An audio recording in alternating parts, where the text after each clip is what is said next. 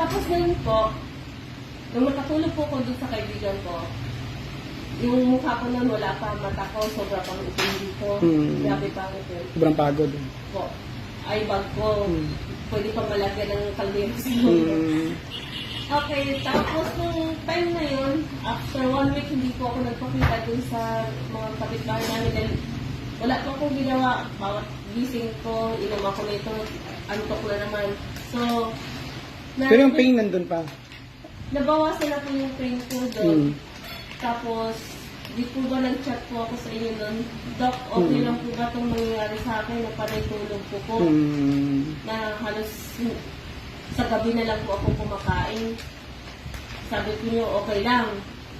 So, kung tinanungan ko niyan si Dr. Efren Marie, siya din po yung nagpaliwanag sa akin dito. Siya yung nag-explain kung paano ko gamitin yung healing lotion, yung pag-inom nito kung paano. Kasi hindi po nalipaliwanag ng gusto ni Sir Joel sa akin sa iksi ng pag-uusap namin yung time na yun.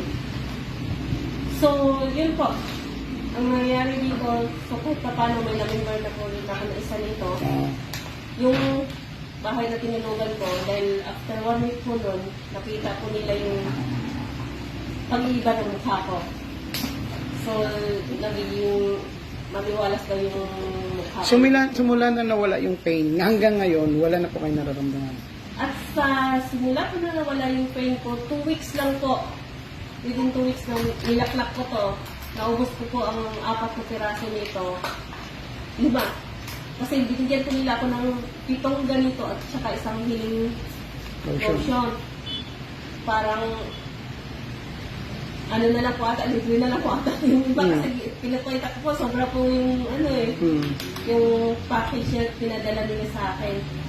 So, yung time na yun po, ang nangyari po ganito, after 2 weeks ko pong paglaklak nito, yung kapatid ko naman po, mahina din siya dahil may TB pala siya.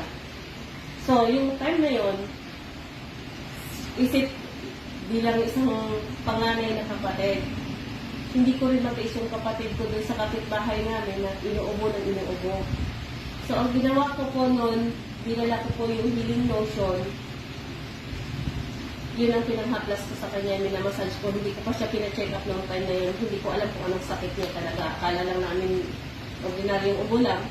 Kasi nung dumating ako, hindi ko siya maasikaso dahil sobrang hirap talaga ng katawan ko. Sobrang sakit ng tiyan ko nung time na yun. So, nung medyo gumaling na ako, sabi nila,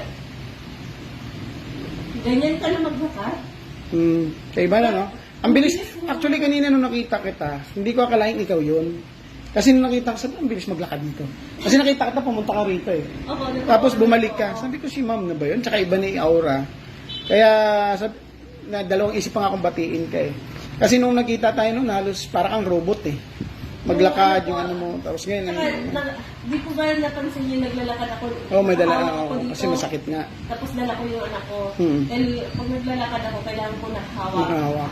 Tapos nahawakan ko talaga dito ko dahil sobrang sakit talaga. So ngayon, wala kang as in naramdaman na parang mayroon pang walang kirot, wala nang bigat, hindi na siya Wala na po. Pati yung sa puwetan ko po nun, 1 week po, 5 days, nawala na po. Wala na siya. Opo. Tapos, wala na, ito na ako ngayon. Oo nga, masigla na. Hindi pa ako nagpa-ultrasound ulit, pero makita naman siguro. Yes. Oo, pinkies na po yung mukha niya, hindi katulad noon. Iba na po yung aura ko talaga, iba na. So yung brother ba yung Yung brother ko po, na may tuberculosis? na may siya, miliary pneumonia pulmonary TB. Oo. Nung dinala ko po siya sa doktor, gumagano'n-gano'n na yung doktor. So yun yung result and sinend niya sa amin. Sabi ng gano'n. So, yung result ko nung x-ray niya, pinasa ko po sa inyo.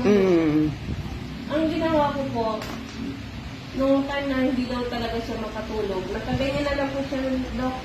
Hindi na siya makahiga dahil sobrang masakit po ng katawan niya. Tapos pag hinilot ko siyang gano'n, parang nag-alon-alon na po yung likod niya.